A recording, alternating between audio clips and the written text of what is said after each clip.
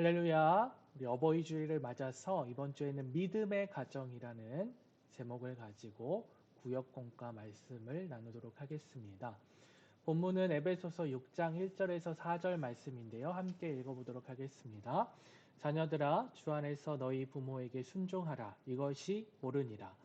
내 아버지와 어머니를 공경하라. 이것은 약속이 있는 첫 계명이니 이로써 내가 잘되고 땅에서 장수하리라.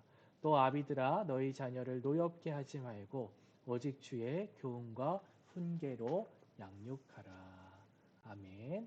에베소서 6장 말씀을 통하여서 올바른 부모 공경과 자녀 양육을 통해 믿음의 가정을 세운다는 요점을 가지고 말씀을 함께 살펴보도록 할 텐데요. 본문을 먼저 이해해 보면 바울 서신은 이 교리 부분과 윤리 부분으로 구성이 되어 있습니다. 에베소서도 마찬가지입니다. 이 후반부 윤리 부분에서 가정 윤리를 언급하는 가운데 부모와 자녀 사이의 관계에서 지킬 원칙을 이야기를 하고 있습니다. 자녀들이 주 안에서 부모에게 순종하고 부모를 공경하는 것은 당연한 일이죠. 왜냐하면 부모는 자녀들에 대해 하나님의 대리자이기 때문입니다. 그리고 주 안에서라는 말은 부모 공경이 하나님을 향한 믿음의 표현임을 암시하고 있습니다. 그리고 10계명 중 제5계명의 내용과 일치함을 강조하면서 부모 공경이 얼마나 중요한 것인지 그리고 얼마나 복된 것인지 오늘 본문을 설명하고 있는데요. 방금 살펴본 내용을 질문을 통해서 더 깊이 있게 하나하나 살펴보도록 하겠습니다. 첫 번째 질문, 주 안에서 부모에게 순종하라. 이렇게 오늘 본문은 말씀하고 있는데요. 이 말씀의 뜻은 무엇일까요? 부모를 하나님의 대리자로 여기며 순종하라는 것입니다. 종교개혁자 마틴 루터는 이렇게 말했습니다. 부모는 이 세상에서 하나님의 대리자이다. 부모는 하나님의 대리해서 자녀에게 생명을 주고 지혜와 사랑으로 양육합니다. 여러분 중에 부모님이 없이 이 땅에 지금 존재하고 계신 분은 단 한 분도 없으실 것입니다. 하나님은 부모님을 통하여서 이 세상에 우리가 태어날 수 있게 하셨습니다. 그렇기 때문에 우리의 존재 자체의 근원이 어디 있느냐? 하나님께 있고 또 육신의 부모에게 있죠. 그렇기 때문에 자녀들은 하나님을 대하듯이 부모님에게 겸손한 마음을 다하여서 순종해야 합니다. 여기서 순종하다라는 단어는 헬라어로 휘파쿠오인데 휘포와 아래에서와 아쿠오, 듣다의 복합어입니다. 그러므로 아래에서 듣다, 즉 겸손히 귀를 기울이다 이런 뜻이 있습니다. 그래서 우리 모두는 가정에서 부모님의 말씀에 순종해야 합니다. 겸손히 귀를 기울여야 합니다.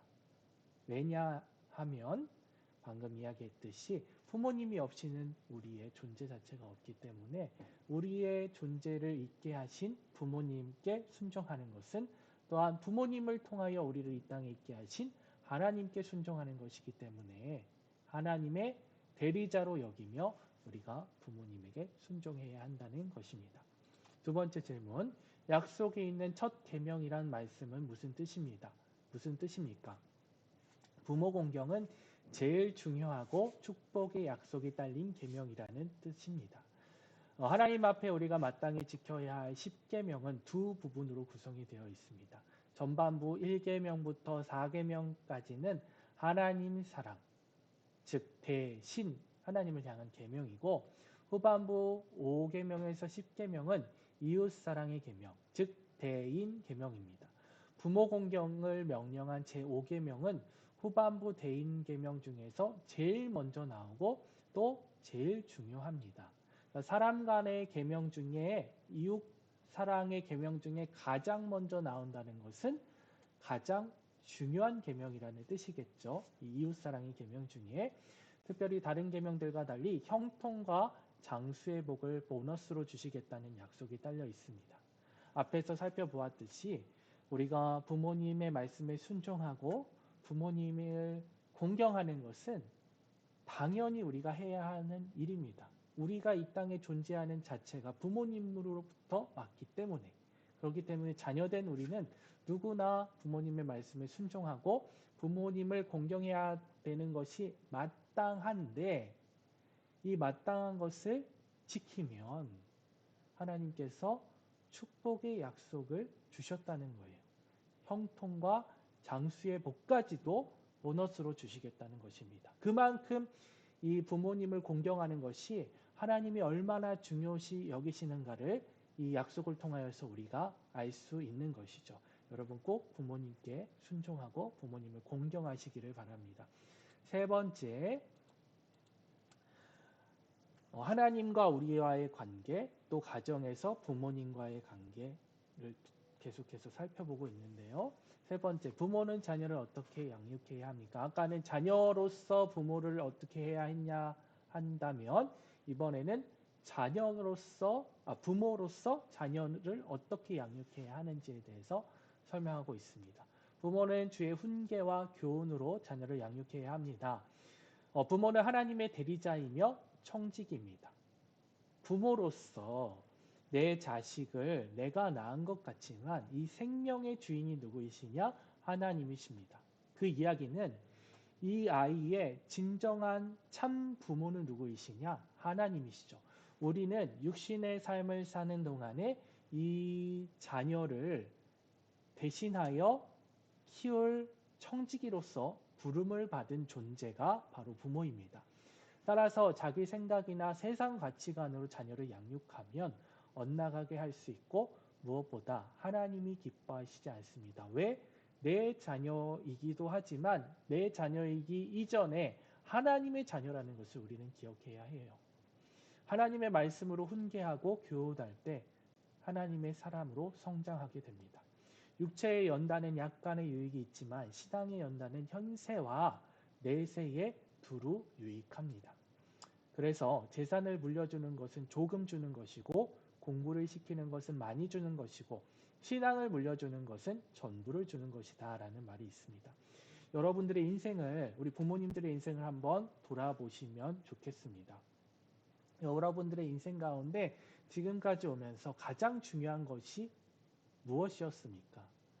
우리가 돈이 많은 것, 아니면 공부를 잘하는 것, 좋은 직장에 취직하는 것, 모든 이생의 자랑들이 그때 순간에는 행복을 줄지 몰라도 결국에 영원한 행복을 보장하는 것은 예수 그리스도밖에 없다는 것을 우리는 누구보다 잘 알고 있습니다. 그렇기 때문에 우리는 이것을 우리 자녀들에게 고스란히 이 신앙을 물려줘야 할 책임이 있습니다. 내 자녀가 아니라 하나님의 자녀라는 것을 반드시 기억하며 주의 훈계와 교훈으로 양육을 해야 합니다. 그러나 안타까운 것은 많은 부모님들이 내 신앙은 잘 유지하면서도 자녀의 신앙교육에 있어서는 나몰라라 하는 경우가 너무나도 많이 있습니다. 여러분, 자녀 교육의 가장 기본은 교회에 맡길 것이 아니라 부모된 내가 해야 합니다. 내가 주의 훈계와 교훈으로 자녀를 양육해야 합니다. 여러분, 자녀의 신앙교육에 있어서 얼마나 지금 신경을 쓰고 계십니까? 이번 공과를 쭉 살펴보면서 내 스스로를 다시 한번 점검하시고 내 자녀가 아니라 하나님의 자녀라는 것을 깨닫고 주의 말씀으로 자녀들을 가르치는 일에 가장 열심을 내고 우선시하시는 우리 부모님들 됐으면 좋겠습니다. 우리 자녀가 아무리 많은 것을 세상에서 얻는다 하여도 정말 예수 그리스도를 잃는다면 세상에서 얻는 것은 다 소용이 없다는 것을 우리 부모님들이 가장 잘 알고 계실 것입니다. 그렇기 때문에 주의 훈계와 교훈으로 양육하여서 정말 하나님의 자녀로 온전히 세운 바 되기까지 계속하여 우리 부모님들이 열심을 내시기를 주님의 이름으로 축복합니다. 그래서 각 가정이 하나님의 말씀을 비추어서 우리 가정이 하나님과의 관계에서 얼마나 건강한지, 그리고 부모와 자식 간의 관계에 있어서 내가 자녀로서 부모님께 얼마나 순종하고 공경하고 있는지, 또 내가 부모로서 우리 자녀를 얼마나 주의 말씀으로 훈육하고 있는지, 그것을 이번 과를 통하여서 한번 살펴보셨으면 좋겠고요.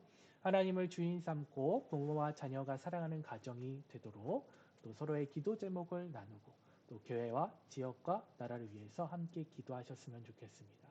그래서 주 안에서 자녀는 부모를 공경하고 부모는 자녀를 바르게 양육함으로 정말 주 안에서 행복한 가정, 믿음의 가정을 잘 세워나가는 우리 모든 구역 식구들 되시기를 주님의 이름으로 축원합니다. 감사합니다.